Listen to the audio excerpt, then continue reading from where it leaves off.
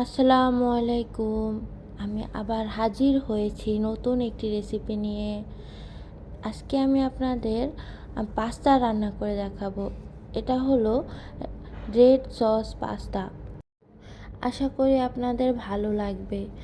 তো প্রথমেই আমি পাস্তা সেদ্ধ করার জন্য পানিতে একটু তেল দিয়ে নিয়েছিলাম, আর একটু লবণও দিয়েছিলাম অল্প সামান্য।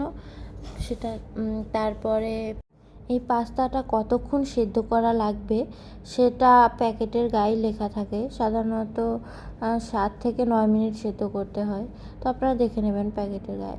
আমি আবার একটু ঝাল ভালোবাসি, তাই একটা বোম্বাই মরিচ নিয়ে নিয়েছি। তারপর একটা প্যানে একটু পেঁয়াজ এবং আদা রসুন পেস্টের কিউবস দিয়ে সেটা একটু ভালো করে কষিয়ে নিয়েছি। তারপর তার ভিতর মাংসের কিমা দিয়ে নিয়েছি এবং সেটা একটু ভালো করে কষিয়ে নিয়েছি মশলার ভিতরে। তো এই রান্নাটি করতে আসলে বেশি সময় লাগে না। এটা আপনারা জলদি ঝটপট করে নিতে পারেন। বাসায় হঠাৎ গেস্ট আসলে তাড়াতাড়ি এটা করে সামনে প্রেজেন্ট করতে পারেন। সময় বেশি লাগবে না আশা করি। তো তারপর মাংসটা কষানো হয়ে গেলে আমি আলাদা আরেকটি পাত্রে ডিম নিয়ে নিয়েছি এবং ডিমে কিছু লবণ দিয়ে আর একটু চিলি ফ্লেক্স দিয়ে আমি সেটা আলাদা একটু ভেজে নিয়েছি। এটা যেহেতু চিকেন পাস্তা, সেক্ষেত্রে ডিমটা অপশনাল না দিলেও হয়, কিন্তু দিলে বেশি ভালো হয়, টেস্ট বাড়ে। এখানে আমার কিছু বেগ পেতে হয়েছিল, তো সেটা নাই বলি, তারপরের ধাপে চলে যাই। তো ডিম আমাদের দেহে প্রোটিনের যোগান দেয়, সেক্ষেত্রে ডিমটা অ্যাভয়েড না করাই ভালো। তো আপনারা প্রতিদিন মিনিমাম 2টো করে ডিম খাবেন, এটা স্বাস্থ্যের জন্য খুবই উপকারী। যাক, সেটা না হয় আপনাদের বিষয়। পরের ধাপে চলে যাই। তো ডিম ভাজতে ভাজতে আমার তো ডিম ভাজাই হচ্ছে না।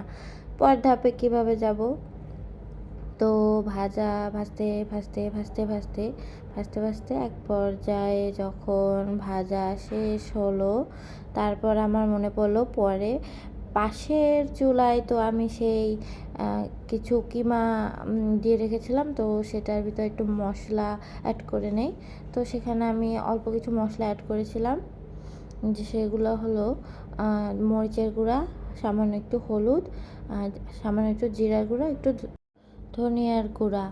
তারপরে সব মশলা অ্যাড করে সেই মশলার ভিতর আমি আবার আর একটু মাংসটা কষিয়ে নিয়েছি। তো এখানে কষাতে যখন মাংসটা একটু ভাজা ভাজা হবে, তারপর এখানে একটু পরিমাণ মতো সয়া সস, চিলি সস দিয়ে আর একটু কষিয়ে নেব। তো এখানে সয়া সস আর চিলি সস দিয়ে একটু কষিয়ে নেওয়ার পরে তারপর আমি টমেটো কেচাপ অ্যাড করে নিয়েছি। তারপরে এই সসগুলো দিয়ে মাংসগুলো আর একটু কষিয়ে নেব। তারপরে কষানো হয়ে গেলে যখন পানিগুলো সসের যে এক্সট্রা পানি থাকে ওটা শুকিয়ে আসলে, একটু ঘন ঘন হয়ে আসলে, তখন আমি পাস্তাটা অ্যাড করে নিয়েছি।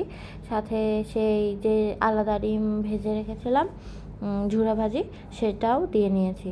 তারপরে সব একসাথে মিক্স করে তার উপর আমার সেই বিখ্যাত বোম্বাই মরিচ কেটে অ্যাড করে নিয়েছি। তারপর প্যাকেটের ভিতর যে আলাদা একটা মশলার প্যাকেট ছিল সেটা দিয়ে ভালোভাবে মিক্স করে নিয়েছি। এভাবেই রেডি হয়ে গেছে আমার পাস্তা।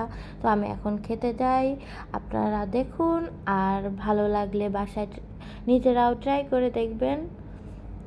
আর ভালো লাগলে লাইক এবং সাবস্ক্রাইব করবেন, করে পাশে থাকবেন। আশা করি আপনাদের ভালো লেগেছে। তো আজকের মতো বিদায় নিচ্ছি। Tata, bye bye.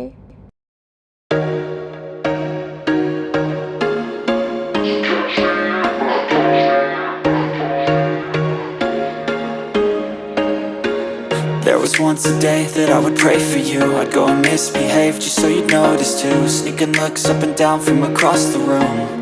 And damn, what a hell of a view.